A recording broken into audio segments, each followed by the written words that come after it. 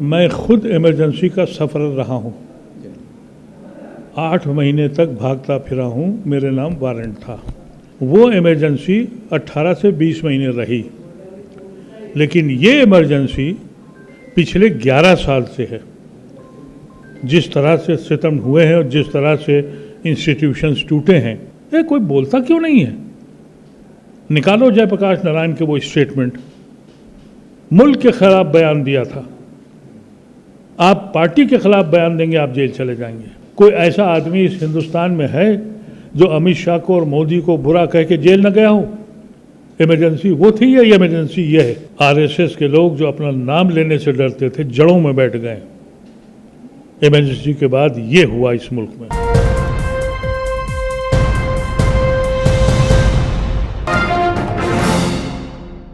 Emergency को लेकर बड़े बड़े दावे किए गए।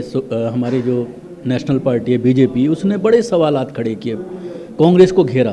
50 साल पुरानी बात है, उसको हर साल निकाला जाता है और उसको लेकर के सवालात किए जाते हैं। लेकिन जिस तरह के हालात देश में हैं, इसको मुद्दा क्यों नहीं बनाया जाता विपक्ष के ज़रिए, ख़ासतौर से देश की सबसे बड़ी पार्टी कांग्रेस के ज़रिए? अभी कल ही एक फैसला आया है सुप्रीम कोर्ट का। आफ्ताब एक लड़का है, गाज़ियाबाद में उसको गिरफ्तार कर लिया गया और 5 लाख रुपए का जुर्माना लगाया गया है यूपी सरकार के ऊपर। तो ये एक बड़ा मामला है कि इस तरह के करप्शन चल रहे हैं, खुलेआम कानून का मजाक उड़ाया जा रहा है। 2 महीने तक उसको बाहर नहीं निकाला जाता ज़मानत होने के बावजूद। तो ये कहीं इमरजेंसी से बढ़कर नहीं है? आपने इमरजेंसी की बात की, मैं खुद इमरजेंसी का सफ़र रहा हूँ। 8 महीने तक भागता फिरा हूँ, मेरे नाम वारंट था। मैं जयप्रकाश नारायण के साथ था और मैं अब रिग्रेट करता हूँ। वो इमरजेंसी 18 से 20 महीने रही, लेकिन ये इमरजेंसी पिछले 11 साल से है। जिस तरह से सितम हुए हैं और जिस तरह से इंस्टीट्यूशंस टूटे हैं, अब ये कहा जाता है कि साहब इंदिरा गांधी ने इमरजेंसी लगा दी। मैं मौजूद था उस गिरोह में जहां जयप्रकाश नारायण ने ये कहा, सरकारी मुलाजिमों से काम बंद कर दो, फौज से कहा कि तुम हुकूमत के फैसले को न मानो। तो हुकूमत वक्त को क्या करना चाहिए था?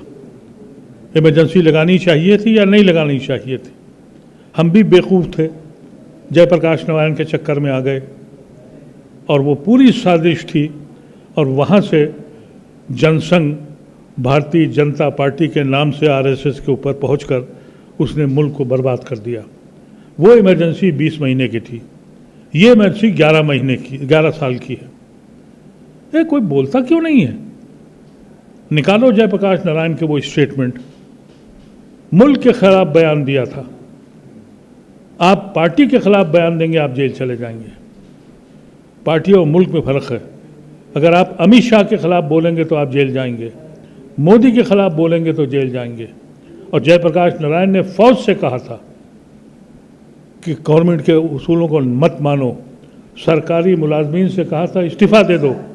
मैं उसका गवाह हूँ, मैं उसका गवाह हूँ, उसका सफ़रर हूँ। मुझसे कोई पूछे, मैं बताऊँ कि इमरजेंसी को कह रहे हो, तो वो जयप्रकाश नारायण के वो बयान भी तो निकालो। कोई ऐसा आदमी इस हिंदुस्तान में है जो अमित शाह को और मोदी को बुरा कह के जेल न गया हो? इमरजेंसी वो थी या ये इमरजेंसी ये है? 11 साल से तो इस मामले को कांग्रेस सही से उठा क्यों नहीं रही है? इन चीज़ों को क्यों नहीं रखती पटल तक? मेरी समझ में नहीं आता कि कांग्रेस उस वक्त के जयप्रकाश नारायण के और उनके लीडरों के बयान क्यों नहीं देते हैं।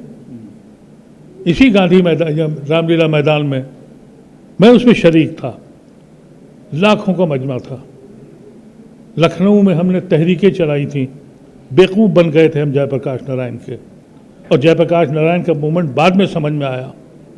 आपको मालूम है, उस वक्त बिहार में एक बहुत ईमानदार चीफ मिनिस्टर था अब्दुल गफूर, उसको कहा कि ये बेईमान है। और आरएसएस के लोग अंदर अंदर क्या कहते थे, गफूर गाय खाता है और वो मेरी माता है। ये प्रोपेगेंडा हो रहा था। हम उस वक्त नौजवान थे, हमारी समझ में नहीं आया। वही ताकतें और ये इतने डरपोक हैं कि आप अंदाज़ा कीजिए, ये जो जनसंघ के लोग थे उसमें कई ऐसे अभी जिंदा हैं, 2-4 लोग अभी हमारे, उन्होंने ये हरकतें की थी कि लखनऊ की मस्जिदों में उर्दू में हमारे नाम से पोस्टर डाले थे नसबंदी के खिलाफ, निकल पड़ो। उनकी खुद हिम्मत नहीं थी, भागे हुए फिर रहे थे। ये बयान कांग्रेस के लीडर क्यों नहीं देते? अभी तो बहुत से लोग हैं जिंदा, हम खुद शदीद गवाह हैं, उसके सफरर हैं। मेरा मुल्क छूटा, 10 साल मैं इस मुल्क से बाहर रहा हूं। सियासत से किनारा कशी इसीलिए की थी। जब बाद में जनता पार्टी आई और उसने मुझसे कहा तो मैंने कहा कि मैं भागा हुआ सिपाही हूं, मैं सियासत में नहीं आऊँगा। तो फिर उसके बाद मैंने तो 2002 में गुजरात के फसाद के बाद ये फैसला किया कि मुझे सियासत में वापस आना चाहिए। आज के जो हालात हैं, इमरजेंसी इमरजेंसी तो कहते फिर रहे हैं, क्या गया था मोदी जेल? इसका वजूद भी नहीं था।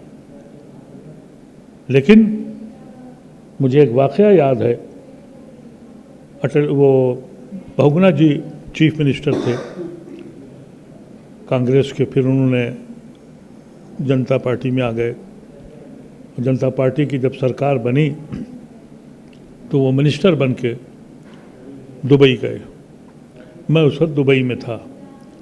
मैं इमरजेंसी में भागते भागते मद्रास से भागा था, क्योंकि यहाँ एयरपोर्ट पे मुझे गिरफ्तारी का वारंट था। तो मैं मद्रास गया, मद्रास से दुबई गया।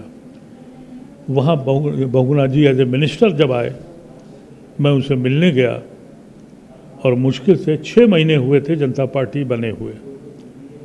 बहुगुणा जी ने मुझसे ये कहा, भतीजे बड़ी गलती हो गई, हमसे गुनाह हो गया, हमने इंदिरा से लड़ाई लड़कर ये देश बर्बाद कर दिया। ये वाक़या मैं आपको इसलिए बता रहा हूँ कि लोगों को मालूम होना चाहिए। तो मैं समझा कि बहुगुणा जी कुछ बौला गए हैं, इतनी लड़ाई लड़ी और मंत्री बन के ये कह रहे हैं। उनका एक जुमला था जो मैं आपसे दोहराऊं। उनका, भतीजे मेरा तो वक्त आ गया, मैं तो रुखसत हो रहा हूं, तुम्हारा क्या होगा? आरएसएस के लोग जो अपना नाम लेने से डरते थे, जड़ों में बैठ गए। इमरजेंसी के बाद ये हुआ इस मुल्क में। लेफ्ट की पार्टियां, सेंटर की पार्टियां और जनसंघ सब मिल गए। इनको कोई रिकग्नाइज नहीं करता था। वीपी सिंह की सरकार आई तो लेफ्ट के लोग उनके साथ बैठ गए, क्रेडिबिलिटी मिल गई उनको। ये धीरे धीरे मैंने तबाह होते देखा इस पूरे मंजर को। मैं समझता हूँ कि वो इंदिरा गांधी ने जो भी किया था वो गलत किया था, लेकिन इंदिरा गांधी ने जो किया था उनके बाद उस वक्त किया था जब जयप्रकाश नारायण का ये बयान यहाँ दिल्ली में। साहब, आरएसएस भी तो चाहती थी इमरजेंसी। आरएसएस ने उस ज़माने में जेलों में रहकर जमात इस्लामी से दोस्ती करी थी, उनके साथ जुड़े थे। ये वो लोग हैं, मैं इनको जानता हूँ कि कितने डरपोक किस्म के लोग हैं, लेकिन इनको सीढ़ी मिलती गई। ज्यों-ज्यों सेंटर कमज़ोर होता गया, जनसंघ को यानी आज की बीजेपी को आरएसएस के थ्रू कदम ब कदम बढ़ते बढ़ते वो आज इस मुल्क के हाकिम बन गए। सारे इंस्टीट्यूशन पे कब्ज़ा कर लिया, कुछ भी नहीं बचा हमारे पास। अभी आपने अदालतों का जिक्र किया, क्या कभी ऐसा होता था कि अदालतों के कानून के ख़िलाफ़ किसी में हिम्मत हो? यूपी का चीफ मिनिस्टर जब चाहता है बुलडोज़र चला देता है। उसे मालूम है कि हमारे साथ कुछ नहीं होगा। बहुत संगीन हालात हैं, लेकिन मुझे अफसोस ये है कि कांग्रेस अपना दमखम क्यों नहीं दिखाती, ये क्यों नहीं बताती है। हर जगह ऐसे खड़े हो जाते हैं कि हमसे बड़ी गलती हो गई। गलती किस में? दोनों तरफ से ताली बजी थी। क्या ये हक था जयप्रकाश नारायण को और उनके उस वक्त के लीडरों को कि तुम सरकारी मुलाजमीन से कह दो कि अपनी नौकरियां छोड़ दो, फौज से कह दें तो हुकूमत के ऑर्डर को मत मानो? हुकूमत क्या करती? ये जाके मेरी बात में समझ में आया। इसलिए मैं तो चश्मदीद गवाह हूँ, उनके आखिरी हिस्से में देखता हूँ कि मैं उस गिरोह के साथ क्यों चला गया जिसने अपनी ज़ात के लिए इस मुल्क को बेच दिया। मैं उसमें शरीक हो गया।